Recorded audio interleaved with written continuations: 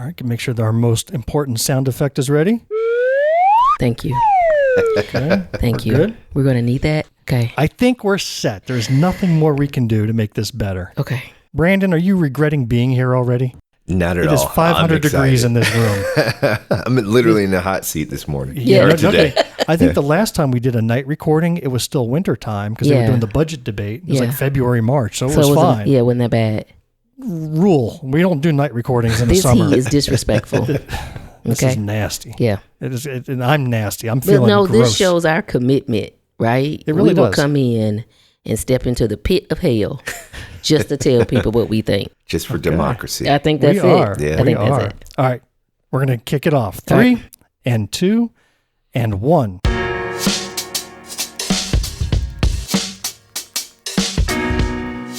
Welcome to episode 92 of Black, White, and Blue in the South, the podcast discussing Democratic politics with a Southern flair.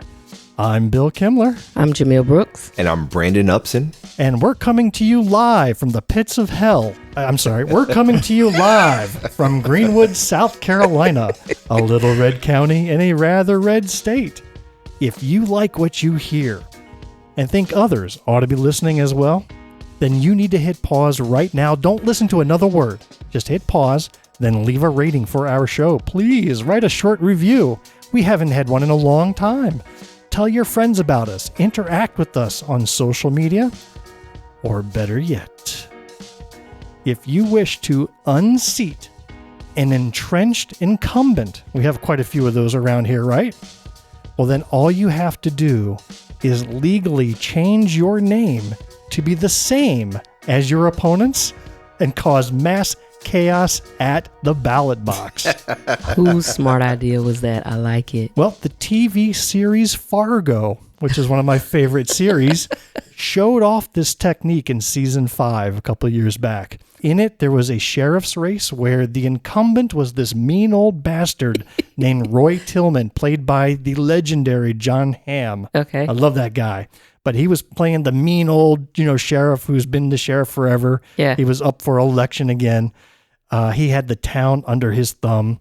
And then he showed up to a public debate against his opponent, which was going to be just a token debate because he already had the election in the bag. But then he was surprised to find 3 other candidates also on the stage with him. I want to give this a watch. All right, this was a favorite clip of mine. Give this a watch. All right, hey, how we doing there? Sorry to keep you waiting.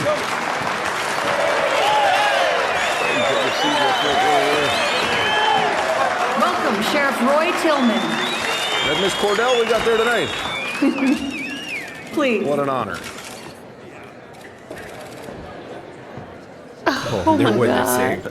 same thing. A little bit crowded up here, huh? Well, say hello to the other candidates for Sheriff of Stark County. Roy Andrew Tillman, Roy Chester Tillman, and Roy Floyd Tillman. Is this? No, son, nope. They're not going to have trouble hearing me out there. Sheriff Tillman, the first question is for you. Well, now, Miss Cordell, I appreciate your giddy up there, but someone's going to have to answer my question first. Is Jerry here? Election Jerry Belknap, where you at? Who put you up to this? Sheriff Tillman, given the types of criminal arrests and incidents we typically see in Stark County, how do you justify spending $500,000 on war-grade weapons and tactical gear? Okay, well, Andrea, I'm going to have to disagree with your numbers there. Does Stark County really need a tank?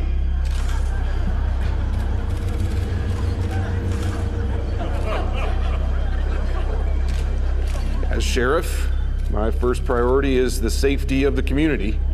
That means preparedness and defense. Safety of the community. That means preparedness. Preparedness and I'm defense. sorry, fellas, I'm still talking here. I'm still talking. All right, that's a good joke. Good joke. Cut it out. All right, you know what? This is bullshit. Oh, dang. lady. I don't know what kind of deal you're running here, but this is a travesty. Come on, let's go. Let's go. Are you guys even on the ballot? You guys even on the ballot? Sheriff, let's get one with all the Tillmans together. That's assault! Sheriff!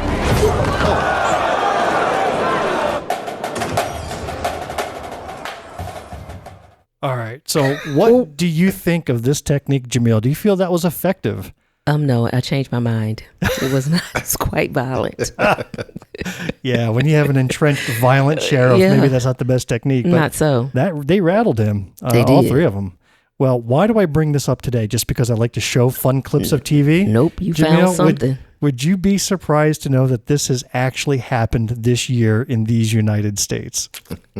At this point, no, but Well, let me tell you the story about what happened in Alaska this year. okay. And in fact, I'm not going to tell the story. I'm going to let a user online, an Instagrammer named, let's see here, Cancel the State. So I saw this video from Cancel the State on Instagram, and apparently there is a sitting U.S. senator. So that's high level. There's only 100 senators in the federal government. Yeah. So one of the senators from Alaska is a guy named Dan Sullivan.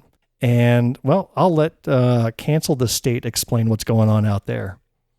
What's happening in Alaska right now is the funniest thing that has ever happened in politics. So a Republican senator named Dan Sullivan is running for re-election, but another candidate named Dan Sullivan just entered the race against him, and now the first Dan Sullivan is threatening to sue the second Dan Sullivan because voters won't know which Dan Sullivan they're voting for. Watch this campaign ad. I'm Dan Sullivan, and I approve this message. Dan Sullivan says he's right for Alaska, but can we really trust Dan Sullivan? Hi, I'm Dan Sullivan, and I'm a name Alaska can trust, unlike Dan Sullivan. So on Election Day, don't vote for Dan Sullivan. Listen to Dan Sullivan, avoid Dan Sullivan, and vote for Dan Sullivan. And the best part about this is that they're both Republicans, so the second Dan Sullivan is intentionally trying to mess with the first Dan Sullivan's votes, and that is genuinely hilarious to me. Alaska had the chance to do the funniest thing in this election, and they took that chance. And honestly, hell yeah, big fan of whatever's going on here.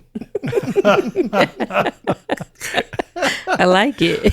It's like the Spider-Man episode where you got both of the Spider-Man, and they're pointing at each other. The three Yeah. Spider-Man memes where they're all pointing at each other. Yeah. Yes. That's it. So as funny as that was, it sadly will likely not see its way through to the actual election because according to CNN, a top Alaska election official has ruled that a U.S. Senate candidate with the same name and party affiliation as Republican incumbent Dan Sullivan is ineligible to appear on the state's primary ballot.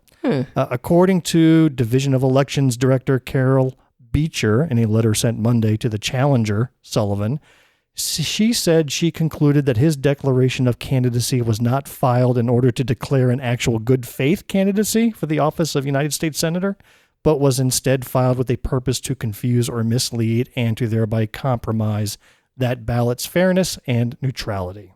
Is that not subjective, though? How did she come to that conclusion? I don't know. Oh, wait a minute. We have a late-breaking update. A black, white, and blue in the South exclusive. Official. Jumelle, I have just been handed a report And it says that, and this is as of yesterday, that Dan Sullivan, the challenger, has challenged a decision by a top state elections official to disqualify his candidacy and remove him from the August primary ballot. He has actually filed a suit to get back on. Yeah. Wow. And in a court filing on behalf of Challenger Sullivan, because now they have to distinguish which Sullivan, which one they're talking about. His attorney says the decision violates state and federal law. The U.S. Constitution lays out 3 exclusive qualifications for Senate addressing age, Yes. citizenship, Okay. and what do you think the third one's got to be? Residency. Yeah. Where do you live? Yeah. All right. So you meet those 3 things, you You're should be in allowed there. to run. Yeah. And according to the lawyer, nothing in Alaska law regulates in any way the private motivations that draw individuals to declare or campaign for office. Yep. So I'm thinking they have a good chance. I'm no constitutional scholar, But I think all the Dan Sullivans in Alaska should apply and become a candidate for U.S. Senate. Let's all get back on the ballot. So isn't that just amazing that this all ties together? Yeah. Well, the saga is ongoing, and we encourage all of them to file to run. Let us know what you think by dropping us a note at blackwhiteblueinthesouth@gmail.com. You can also interact with us on Facebook, YouTube, Instagram, TikTok, Threads, Blue Sky. Did I miss any, Brandon? Are there any other platforms we need to be on? No. None that are relevant. I see candidates advertising their LinkedIn page.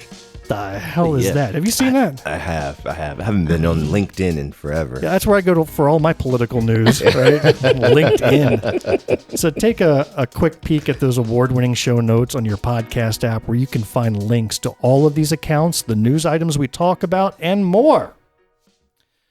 Well, Jumelle, we are technically still on summer break. Yeah. We're supposed to be off. We're not supposed to be here recording. However, the primary election in South Carolina has officially wrapped up today. Yes. As of an hour ago. Okay. And we don't know what the results are. And we decided to get together and bring in the amazing, incomparable, intellectual Mr. Brandon Upson to explain to us what we're seeing. Because he's the guy that knows it all.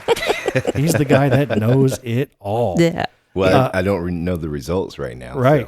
So as these results are rolling in, we're recording this on a Tuesday evening in a very non-air-conditioned room. So we are dying here. Yeah. But we wanted to get on the air and discuss what's transpired in this initial election, look live at the results together so none of us know what the results are, and then comment on the outcome. But we've got the Brandon Upson sitting at the table with us. How are you doing this fine evening? Man, I'm great and excited to finally be here at the table with y'all. Yeah. Yay. Why did you agree to arrive in person? And are you regretting that decision?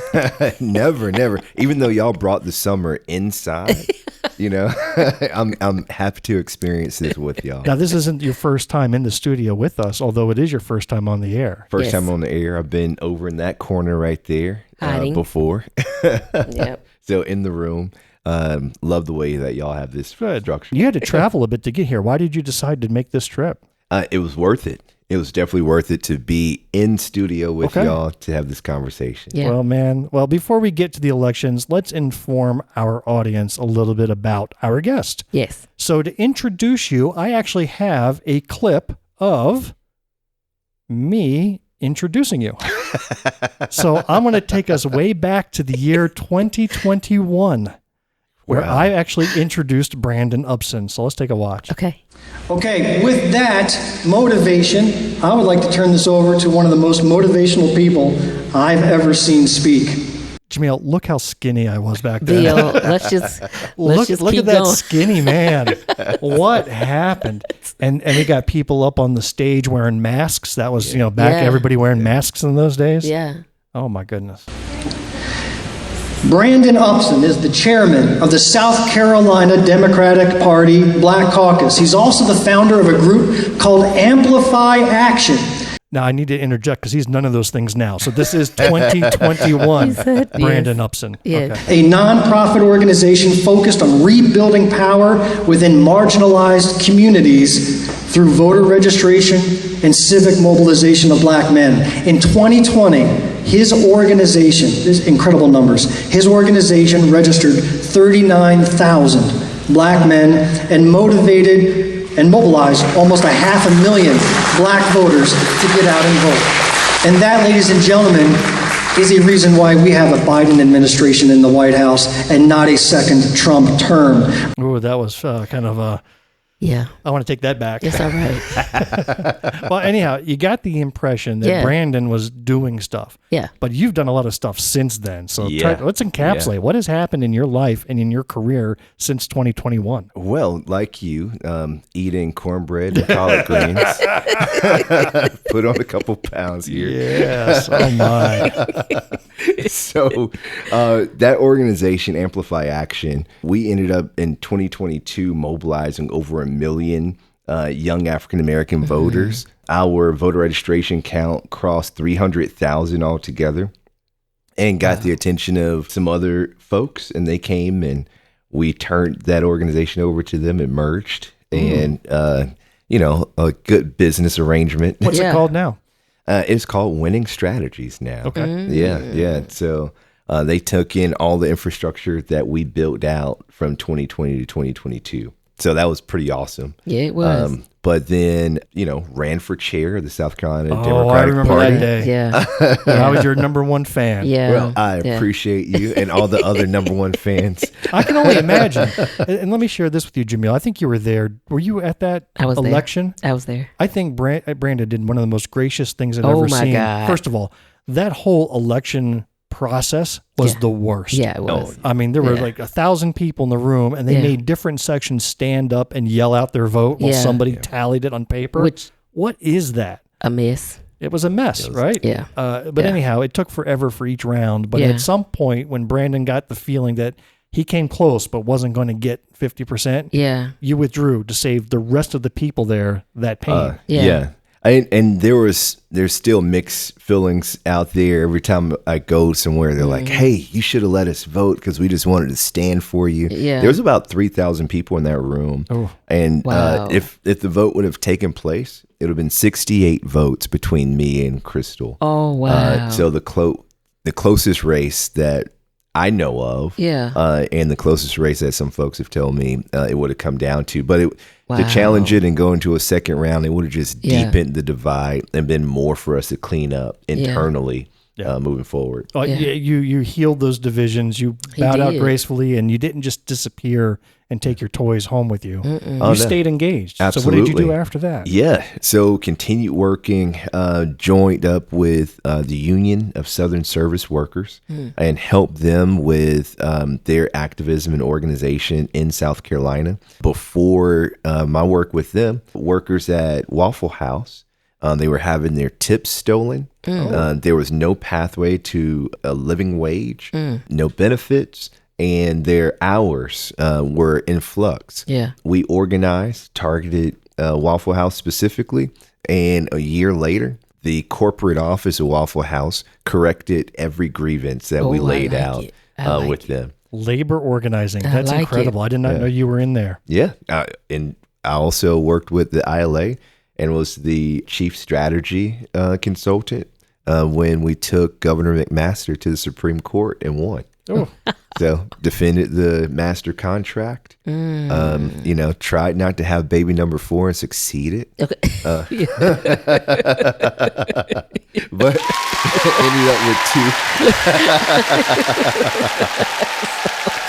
ended up with 2 poodles at the house.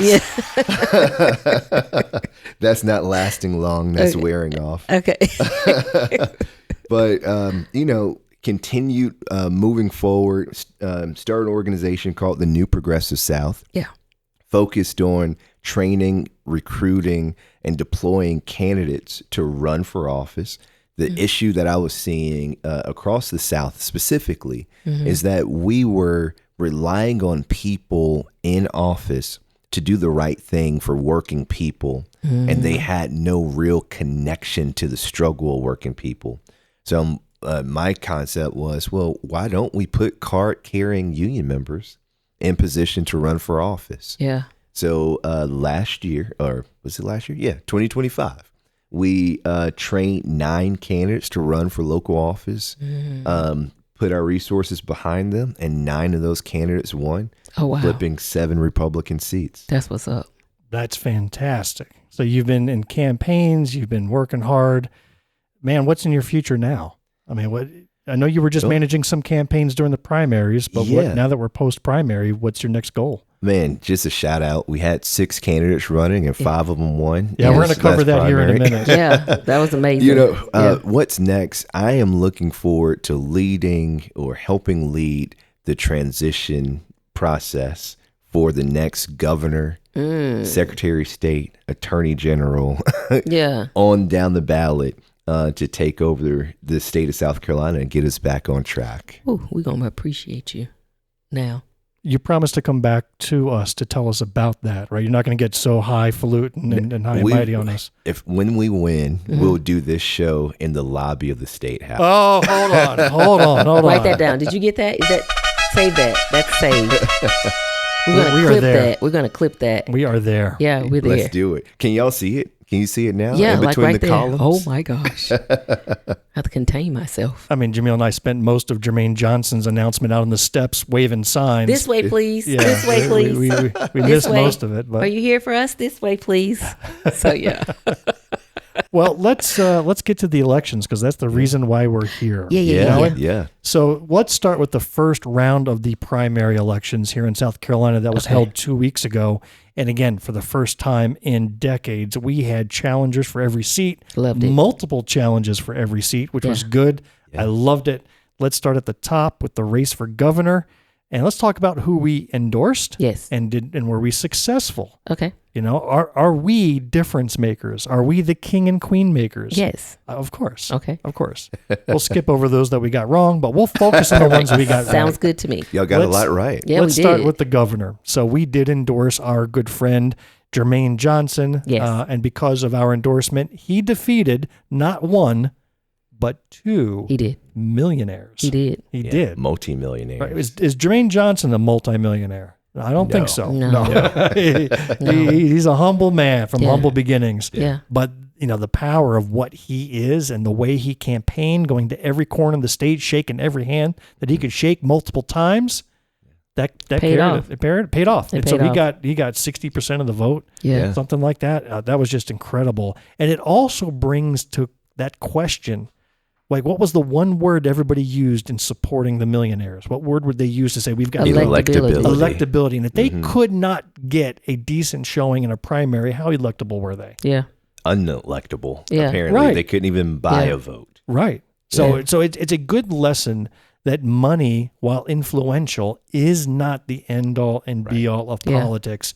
And Jumelle, I think you have, and me with you, have a lot to learn from Jermaine's guerrilla style campaign. Oh my gosh, yeah. Because he was endearing himself to the people. Yeah. You know. But still, I do want to talk about the two other Democratic candidates that did not win. Billy Webster had a very, I would say, a great concession speech, right? Very dignified. He said he wanted to congratulate Jermaine Johnson on winning the nomination. He ran a hard race and earned it.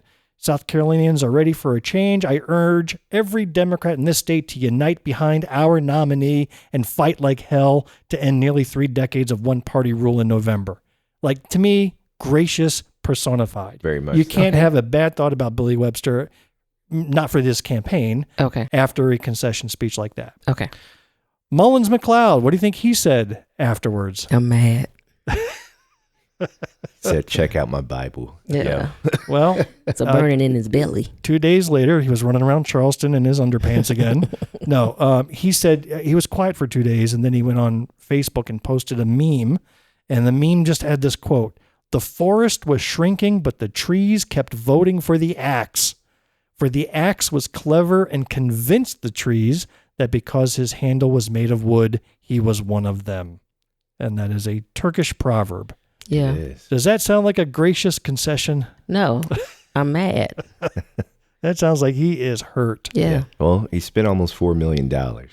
But was there anybody in his ear going, listen, $4 million ain't going to get you anything? No. Not you. Not this time. No. That race showed that the power of the people is mightier than the power of the dollar. Yeah. It did. Yeah. Then in the Republican gubernatorial election, there were 5 or 6 at the time. I think 5 that made it to Election Day. And then the top 2 were Pamela Yvette and Alan Wilson. The other 3, Ralph Norman, Nancy Mace, and Rom Reddy. Rom Reddy, thank you. They didn't make it, but I think the thing that I enjoyed the most was how low Nancy Mace came in the polls. I didn't expect her to. My goodness. She was considered the top contender for a long time, but she just imploded. Oh, my goodness. And you know what, though, is that she has not gotten quiet. She's still on Facebook spewing the same hateful rhetoric, you know, like it's just hateful stuff. You know, who needs Sharia law in our country? Yeah. She just hasn't stopped. No. And that's going to take therapy. And I think also the crazy thing is that she went and endorsed Alan Wilson. Did. A week after she said he was a pedo protector. Right. She decided to choose him over Pam. But would you endorse somebody who you thought was a pedophilia protector? Nope. No, but she did. She had no qualms about it. She's like, oh, I forget about that. Yeah. She has absolutely no morals, no principles. Yeah. So that was it for the governor's race. Any thoughts from you, Brandon, about the governor's race? That governor's race is a great example of what can happen if you have a grassroots movement behind a well-qualified, exciting, relatable candidate. Do you think the funding will flow now that he is the official nominee? I don't think it will flow like a mighty Russian wave. Yeah. But I think that he will find what he needs to run the campaign he needs in order to be competitive and even win in November. Well, if you are hearing our words in your ears right now, after this show, go cut $10, $50, $100, $250. Yeah. Get Jermaine right I need away. to set him up on the recurring. This is a man that has earned that money. Absolutely. And it's a true grassroots operation. Yeah. Those small dollar donations is what's going to carry him over. Yeah. I think what helped, and you can come in on this or not, but I think one of the things that did help as well is the original post that said that, hey, there are conversations that are trying to persuade him to not run. Yeah. I think that ignited a fire because then people got a chance to see that if you don't look a certain way, sound a certain way, and have a certain amount of money, they're counting you out. And this is when the working people got behind and pushed even harder. Oh, he got even more popular after that situation. And that's what he needed. He needed that name recognition across the state. Yeah. And that situation was, I think, the catalyst. Yeah. There were 3 very pivotal moments in that election. That attempt to push him out. Yeah. The redistricting maps. Yeah. And then the Chow results. Of the store owner that shot the 14-year-old boy. In the back. Those 3 incidents created waves of energy that propelled his campaign forward. I agree. Yeah. All right, let's turn our attention to the U.S. Senate races. Lindsey Graham moved on over on the Republican side, to no surprise. But then we had on the Democratic side 3 candidates. We had endorsed Mr. Brandon P. Brown. We did. And sadly, our endorsement was not enough to carry him over. Yeah. What are your thoughts? You were actually managing that campaign. You were working your tail off. I was working night and day. And Brandon I got was new gray working. hairs. Brandon was working real hard. He was. Yeah. You can't fault him for that. And we really like the guy. Yeah. Oh, Brandon is an amazing person. Yeah. $300,000 to $6.5 million spent in that race is tough to keep up. But Brandon got over now, 100. was that truly $6 million spent by Dr. Annie Andrews? Yes. On what? We got to look at the FEC report. But $8 million raised. I mean, she's a fantastic fundraiser, but for $6 million, her ad should have been in my ear nonstop. I should not have been able to get away from her, and I didn't see that. But we'll check that out. I feel like a lot of that money went towards raising more money. But consultant fees. Yeah, but Brandon, $300,000 got 110,000 votes. He got more votes than Billy Webster got in that race, and Billy spent almost $4 million. And by the way, I do like Annie Andrews a lot. You know, I've met her in person. I've seen her speak. She's fantastic. Great person. She's a great candidate, and I really like. I think what you said on the All About Nothing podcast is that Brandon has reached out to invite her to the cookouts. Yeah, bring her to the barbecues and get her into a population that may not know Annie as well, because she's going to need them in order to beat a Lindsey Graham. Oh, without a doubt. And he's definitely beatable, and I think she can do it. Yeah. Especially since this is a non-presidential election. Now it's a matter of turnout. Yeah. Right? You don't have Trump on the ballot, so you just have to bring out the volume. Yeah, yeah. And we got the numbers. People keep thinking that South Carolina is a ruby red state. Please say that this. That is not the case. Not the only one. Right. Yeah. The numbers tell us that we're competitive. Jamie Harrison got 1.1 million votes when he ran in 2020. McMaster only got 980,000 votes when he won re-election in 2022. That's a 300,000 vote difference. But again, one was a presidential election, one was not. And so like you said, therefore turnout. The people were there. They just sat in their seats. And could have flipped it. And we got another 211,000 African Americans who were registered and not voting, another 366,000 who are eligible to vote but not registered. That's almost 600,000 So Brandon, give us a tip, because people. that's one of the things that we're working on here in Jamelle's campaign. She lost that last election by only 700 votes. And as we looked at some of the precincts in the city itself, they had turnouts like 23, 27%. Yeah. right? And if we got them up to the 70% average statewide, there's her 700 votes right there, snap of a finger. So what is it that you think she needs to do in these areas that have been, I would say, not as motivated to go to the ballot box? And they're registered, by the way. Yeah. They just don't go. What can we do to help with the messaging there? Yeah. So in terms of the messaging, you know the issues that are here in the area, but sometimes you just need to have the folks who are closest to the problem be the ones explaining the problems to the folks in their community. That's right? Valid. So that whole saying, the people who are closest to the problems are the ones closest to the solution. Find out how they are communicating what these issues are. And allow them to give you the words to spread the news. Yeah. Another thing, the coalition is very important.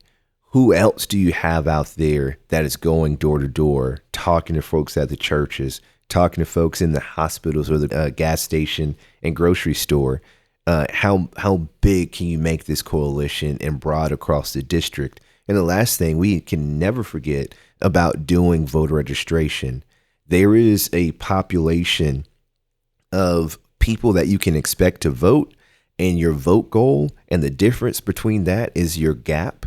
How much voter registration can you do to close that gap? Because when you get somebody registered to vote, you inspired them to register to vote. And now you can, motivate them a little easier to go out there and exercise that vote and close that gap for you. Yeah. I appreciate That's good stuff. Appreciate the free advice. You're not on the clock or anything with this, right? You're not going to send us a bill afterwards? Yeah. Just don't tell Monica, because she'll send you an invoice. Okay, please don't, Monica. Please don't. So anyhow, well, thank you to Brandon Brown. It was good to meet him, and I wish him the best, and I certainly hope that's not the end of him. It doesn't seem like that's in his character to disappear. Not at all. So, not at all. Let's move on to Superintendent of Education and our girl, Sylvia Wright.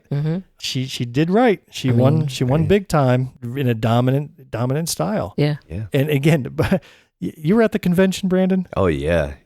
She came out with the fire, didn't she? Lisa came out. She gave her typical, and I'm talking about Lisa Ellis, the other candidate, gave her typical speech. And again, she's an eminently qualified individual. She is. And she got polite applause. Then when Sylvia walked on the stage, the place erupted. Erupted. Well, you had two different styles of speech. Yes. One was, I want to tell y'all why. And it was more a plea. I need for you to understand. And the other one was, we ain't got time for this. We got work to do. I'm ready to go. So it was almost as if Lisa could have wrote that speech and just sent that one out and then came to war.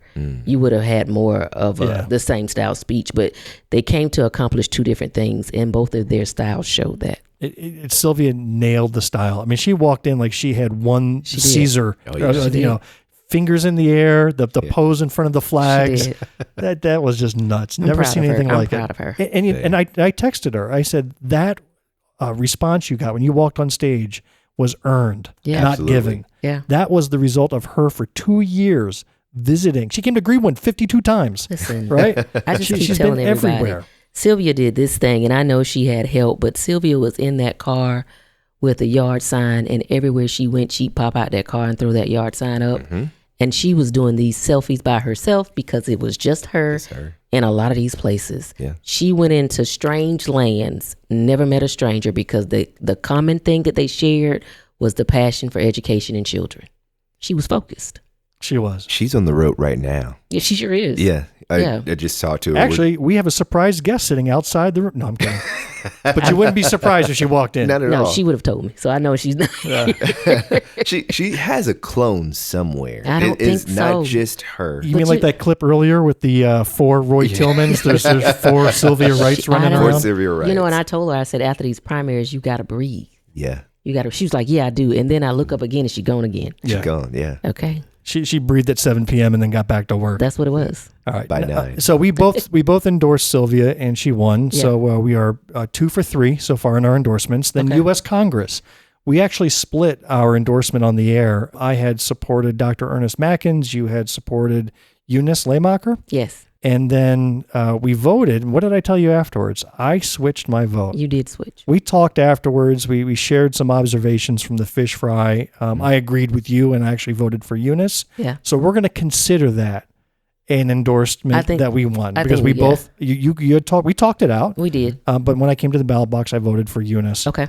And I hope she's got a following, but I don't know if this is the time that seat gets flipped. I think Sherry Biggs is awfully entrenched. But you know, Sherry is entrenched. But if you listen to the messages of both of them, one of them ain't saying nothing. No. Now, Eunice has a message. She does. She is saying something, and she can connect with the people, no doubt. It's just that we're so used to that personality popping. But the reason I think the two of them could run a race is because, no shade, no tea, but neither one of them are like blooming with personalities. That's true. So she may be able to appeal to that other group of people who are not looking for the personalities. Because they didn't put Sherry in there because of her personality. Not one. No. Okay. Just because the letter behind her name. That was it. That was it. And here's the thing. Typically in these midterm elections, you want somebody at the top of the ticket who has coattails. Coattails means they have the momentum to bring people along with them. Yeah. I think Jermaine has really long coattails. He'll be able to raise people up and candidates, give them a shot. Because he's 7 feet tall. Of course he's got long coattails. But what's different this year with all of these state house seats, there's going to be reverse coattails because we have so many people working their tails off to win these state house races that they're going to increase turnout and support candidates above them. That's cool. That's true. I can see that. Yeah. All right. So U.S. Congress, we're moving from that to treasurer. Okay. This was another one you and I split on. You had gone for Trav Robertson. I did. And I had taken on Vincent Coe as my pick. And then I said, hey, Bill, you swayed me over. I changed my vote. so after I voted, I was like, Bill. So yeah. I had to have the name right. It was Vincent Coe. Coe, right? Yeah. So I actually changed. So we can count that as an endorsement. Yeah. As well. When you look at his resume, man. I mean, no comparison. It's impressive as all get out. He's ready. He's ready. He's been ready. He's the one guy that can look Jermaine Johnson eye to eye. I mean, the two men are huge. Yeah. Right? Yeah. So, but yeah. All right, so we wish him well as the treasurer. I still can't believe the Republicans did not put up a challenger to Curtis Loftus. That is the worst treasurer in the history of treasury. No, you expect that from them. They're not performing like in an unnormal way. We expect them to not want to point out and admit when theirs are wrong. I don't know. They only want to do that on our The Senate sides. impeached him, and they're full of Republicans who voted to impeach him. And I'm thinking, even our own guy, Billy Garrett, voted to impeach him. So, oh God, you call if I'm not mistaken, I could be corrected on that, but it was a majority state Senate that voted to impeach this treasurer, and it was the House that dragged their feet. And I didn't expect for them to do anything. Yeah. So I'm surprised that there wasn't one challenger on the Republican side. Anyhow, that's the one that we can win. Yeah. I think that is the most winnable out of all of them. If Vincent gets into political mode and not banker mode, he could, because he needs to start hammering on all of Curtis Loftus's faults now. Yep. Now we got him, and he is just not. He is not on the social media. He is not making a presence. So you need to light a fire under that guy. Give him 14 days. You'll see night and day. Look forward to it. Okay. If you need any ammo in Curtis, you're looking at two well-researched people here. Yeah. We've been talking about this loser for 2 years. Yeah, so I've got a lot of opposition research done. Yeah.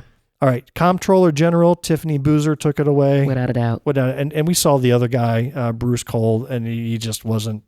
Remember his tagline? I do. It's my time. My time. And I lost it.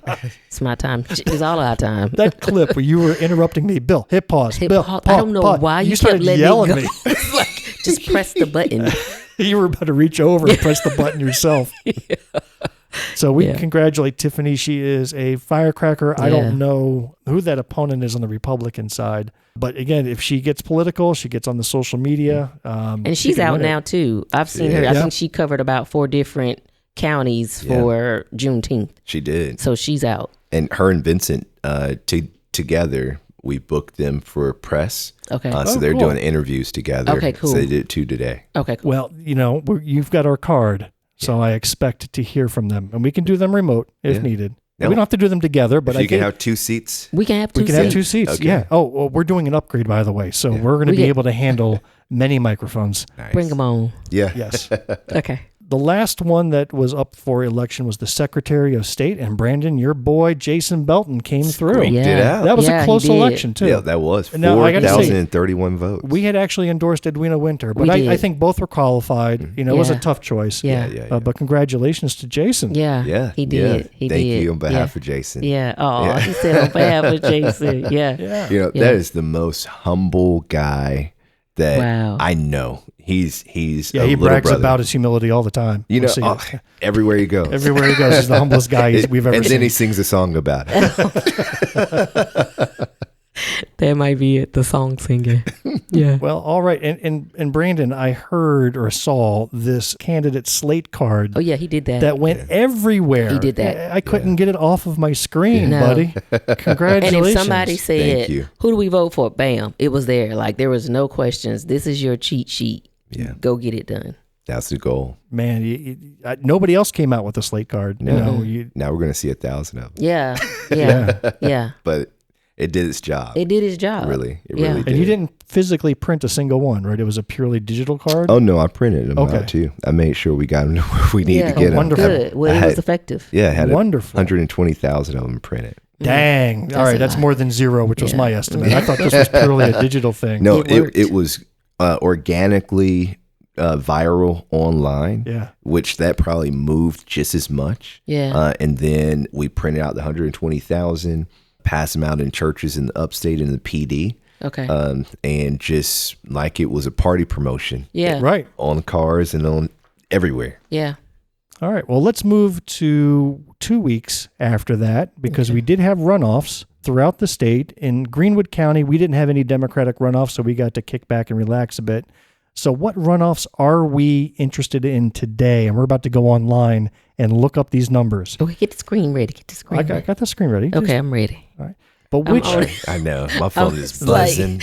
There are 5 elections we're interested in. Yeah. All right. 3 Republican and 2 Democrat. Yes. So the Republican runoff for governor between Pamela Yvette and Alan Wilson. The Republican runoff for Attorney General, Dave Stumbo and Stephen Goldfinch. Yes. Commissioner of Agriculture, Cody Simpson and Danny Ford the second, not junior. He's the second. He is. Then we have 2 congressional Democratic runoffs, Congressional District 1 with former guest Mac DeFord and Nancy LaCour. And then in Congressional District 2 between David Robertson II and our former guest Zion Khalifa. Yes. So I'm interested to know how these did. But why do I feel like my name? Go. Before we get to the results, I do have a bizarre news item concerning the Republican governor's race that we need to talk about. From the South, you know what we're going to talk about. So first I'm going to play a clip from the South Carolina Lead, a podcast that I listened to from South Carolina Public Radio. And the host, Gavin Jackson, interviewed Pamela Yvette a couple of weeks back, maybe just 2 weeks ago. Maybe it was just last week. But let's listen to this little clip from her. And all of your former opponents, with the exception of Ron Reddy, have endorsed Wilson. Congressman Ralph Norman, who came in third with 17% of the vote, said he spoke with you and Wilson, that Wilson had a clearer vision for South Carolina. So what do you make of all these endorsements at this point? Well, really, I don't make much of it. I got President Trump's endorsement, and that, if you're a Republican, is the golden ticket of endorsements. President Trump is really running the table when it comes to his picks across the country. And I was really honored because, you know, President Trump, when he called me that day to say he was giving me his full and total endorsement, he said, you know, I know all the players, and you're the only one who can get the job done in South Carolina, and that's why I'm choosing you. And it was really humbling, and it's probably a conversation I'll take to my deathbed. I don't think I'll forget any part of it. But you don't have the deathbed. Yeah, like you don't have high expectations of good quality conversations. Wow. So what happened next, Jumelle? That dude came out and said, I'll take 2. He came out and said, you know what? I think and the way he wrote it, but summed it up, he said, I'm going to endorse both. And he actually told the people of South Carolina, the great people of South Carolina, it don't matter which one you choose. You won't lose either way. They're both good candidates. No, he said, I won't lose either way. That's what it is. That's what he was trying to avoid. In fact, I do have Trump's statement. So 2 weeks later, he came out and said this. There are 2 highly respected candidates running to be your next governor in the 23rd of June Republican runoff election. Your current lieutenant governor, Pam Yvette and your current Attorney General, Alan Wilson. Both have had amazing careers and have been with me from the beginning. They are MAGA and America First all the way. These were the two that I was hoping would get into a runoff, and they did. I can't hurt one of them by only endorsing the other. So therefore, I am going to endorse for Governor of South Carolina both Pam Yvette and Alan Wilson. It's a wealth of riches, Faye. With either one, you can't go wrong. Vote for Pam or Alan. They will not let you down. AI did a great job with that, Bill. Didn't it? It put it right on point. That was definitely AI, so I have to give credit to a website called TrumpAIVoice.net, where I copied and pasted his Truth Social. It did a great job. What was the giveaway that it was AI? I just never heard him say it, and I knew that it was a post. What was interesting is a little behind the scenes here. So I copied and pasted the text in. First of all, he got the date backwards. Like it says June 23rd, and it interpreted that as the 23rd of June. So he had Trump switch it out. Yeah. And then somewhere in the middle, he mentions Faye. Did you hear that? I didn't hear Faye. He says, it's a wealth of riches, Faye. It's a wealth of riches, Faye. Did you hear him say? Barely. But now I get it. I did hear something Go in back between. and listen. It's a wealth of riches. Faye. And there's no Faye in this statement. It's a wealth of riches dash with either one. You can't go wrong. But it sounded like he was talking to somebody named Faye. Oh. Yeah. But I don't know where it got Faye from. Like AI made that up. Yeah. Oh, wow. AI put someone in the conversation. It really did. Yeah. But I thought if I didn't know this was AI, You wouldn't have known. it was amazing. Yeah. Well, after this dual endorsement, reactions were swift. Alan Wilson took a victory lap. Pam Yvette said, well, I was first, right? That was her comeback. And then an account called Call to Act produced the following poster. I want to pull this up on the screen. Oh, God. So what we're looking at is a poster where somebody did a merged face of Pam Yvette and Alan Wilson, where Pam is the left hand of the face and Alan is the right hand of the face. And it was the Pam Allen endorsement from Trump. Really creepy image. Of course, take a look in our show notes for a link to this so you can see it for yourself. But that and all the wording I'm not going to get into cracked me up. But at the top it says Donald J. Trump, fountain repair enthusiast, endorses Pam Allen. So congrats to Call to Action. I thought that was hilarious. All right, are we ready to look at the results? Yes. Let's do some predictions here. Let's go around the room before we actually pull up SC votes and see who won. Okay. Republican governor, is it going to be Pam Yvette or Alan Wilson? We'll start with you, Brandon. Alan. It's Alan. It's Alan on mine, so we're not endorsing. No. We're not endorsing, but all three of us are predicting Alan Wilson. Yeah. All right, Attorney General, I think, is a little tougher. David Stumbo here from Greenwood or Stephen Goldfinch? I think Stumbo. I'm praying Stumbo. I'm actually thinking Goldfinch. And why would you pray Stumbo over Goldfinch? Because Goldfinch is a demon spawn. That just means you don't know Stumbo. I know, but I know Stumbo. It's like you got to take the lesser of the two evils. See, I know Goldfinch primarily because he grilled Loftus in his chair. Loftus was an animal caged under his questioning. Yeah. I loved every minute of that. So for that reason alone, I would rather Goldfinch win. And I think that Goldfinch has more name recognition, more populated areas know who he is. Yeah, but you also saw the amount of publications that Trump said a bit against Goldfinch. He doesn't. I don't think he wants. No, he didn't say anything against He Goldfinch. didn't say anything against No, Goldfinch? it was the other guy. Who's the other guy? It was the David Pascoe. No, was it Trump, Pascoe? Trump came out and called Pascoe. Oh, Pascoe. Okay. Because he was the Democrat I don't know turned why Republican. I thought it was Goldfinch. No. He didn't say anything about him. Nope. Okay. Y'all going to make me look that up. But All right, so we have two Stumbos, one Goldfinch. We'll see how that turns out. Commissioner of Agriculture. I don't know much about this race except Cody Simpson looks like a complete dork. And then Danny Ford II seems like a normal guy. So I don't care because the Dem candidate is going to take that. But the interesting thing is that Cody Simpson got a Trump endorsement early on.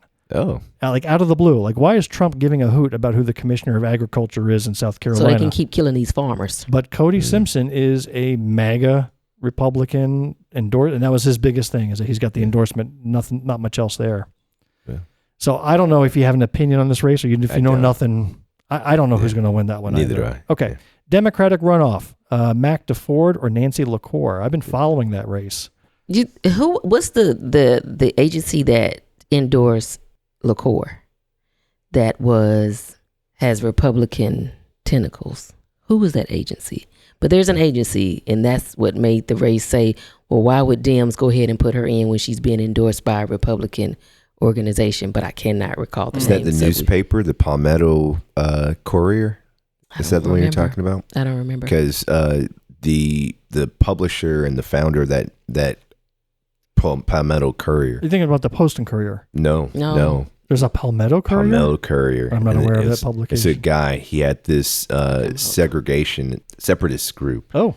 And they used to fly Confederate flags down there by the water in Charleston. I can't remember it right now, but they used to fly Confederate flags there every Sunday. And with the great work of Roy Willie and Thomas Dixon, they sued and had them dismantled. So I don't know. I'll keep looking. I can't remember who it was, but anyway, I thought that if that really got publicized, you guys didn't know about it. So although we're rooting for Mac DeFord, I'm not close enough to this race to be able to make a determination as to who's likely to win. Nancy's got a little more national recognition for being the one who was fired by Pete Hegseth for no reason. Yeah. But aside from that, we're not sure, what her connections are to the area. I really haven't followed her campaign at all to make a determination. Yeah. And then the second one, what would you think? Yeah, so Mac DeFord, I got to shout out Mac and Jenny Atchley. Jenny is his campaign manager. She sure is. And they've been working their tails off, but a flood of millions of dollars have come in behind LaCour. And in a runoff election like this, it's all about turnout. And it got really, really nasty down there to where everybody. Is that what Jamie Harrison responded to? Jamie Harrison, the chair of the Charleston County Democratic Party, Pastor Thomas Dixon. Yeah. Everyone was like, hey, cool it. We're still on the same team. Yeah. But because I think it's going to be close, only because of the amount of attention it's gotten, because of all the nastiness. I'm personally supporting Jenny and Mac, but I think LaCour is going to win. Well, I think it's going to be the same story we saw in the governor election. It's who's got the grassroots that can always overcome the money. And I know Mac's been out there on the doors. He really has. Maybe Nancy has as well. I don't know. Okay. But still, I think either of them has a great chance to flip it because I don't see strong candidates on the other side. No. So I think it's a good opportunity to flip regardless of who wins. Yeah. And then, of course, we're pulling for Zion Khalifa. We know David Robinson's a good guy. He ran for Congress last time. Yeah. But I think this young man is just impressive. And I would love to see him be the candidate. Yeah. Okay. Same. I mean, yeah.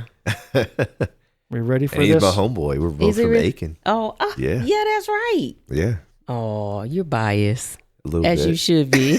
That's right. Y'all are from Aiken.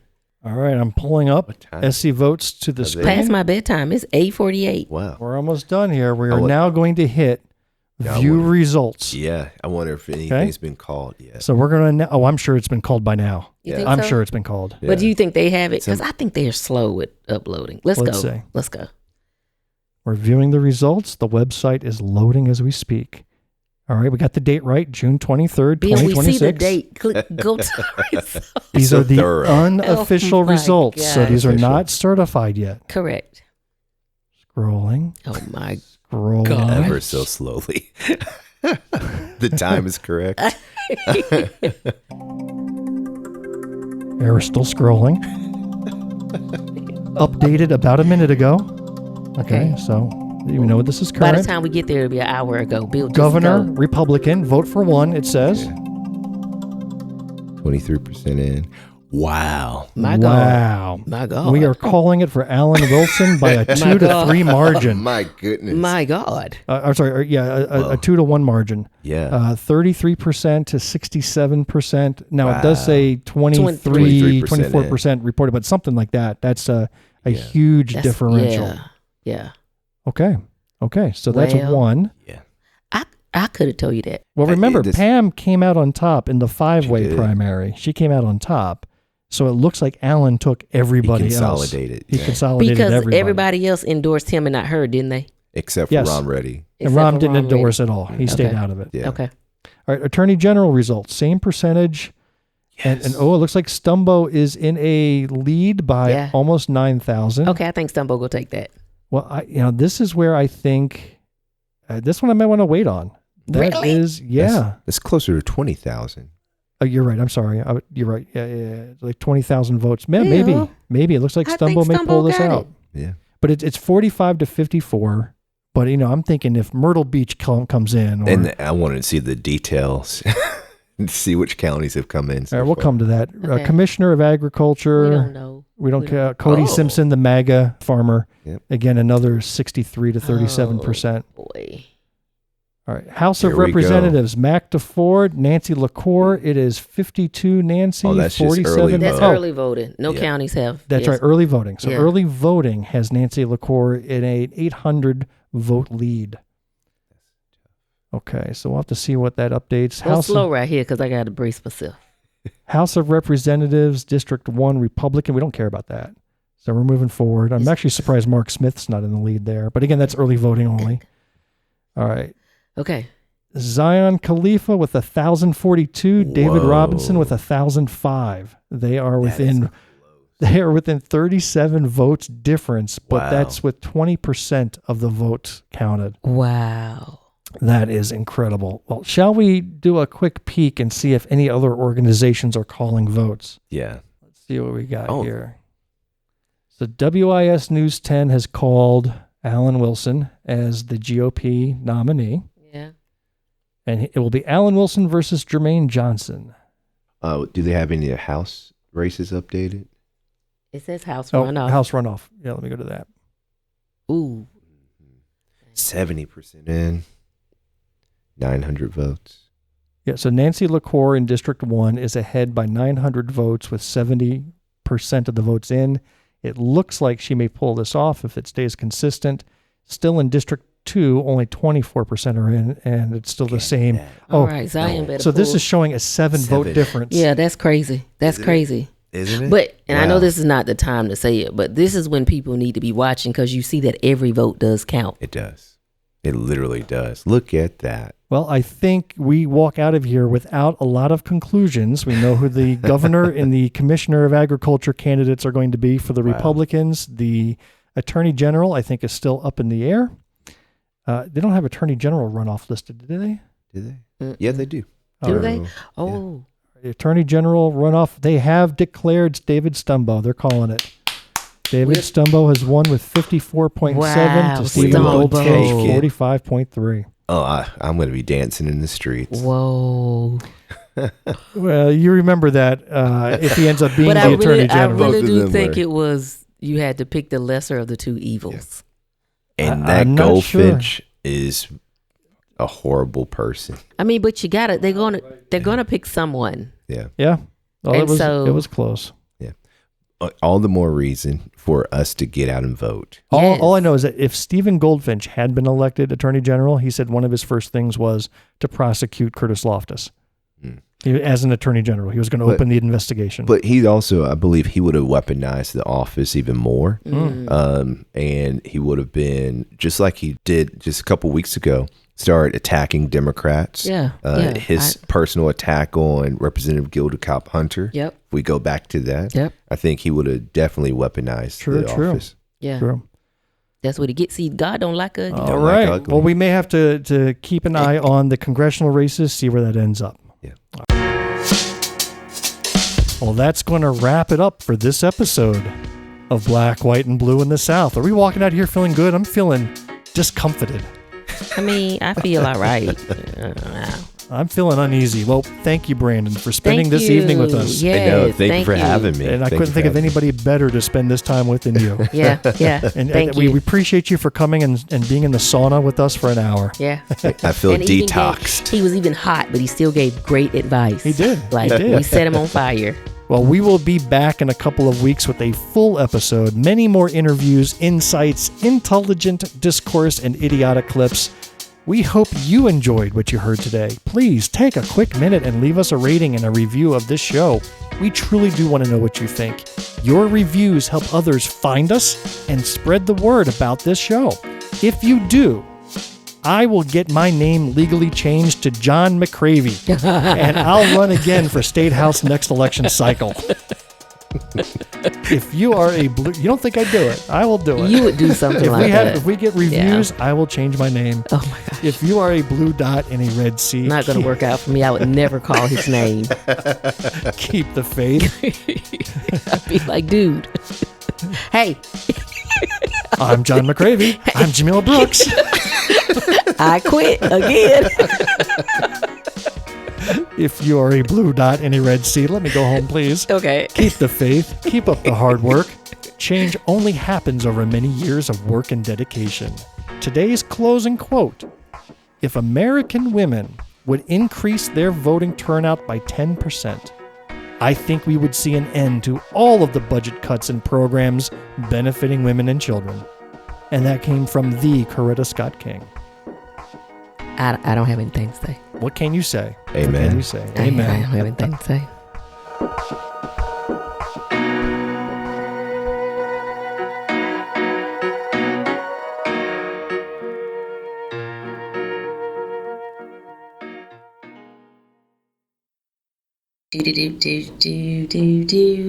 The end.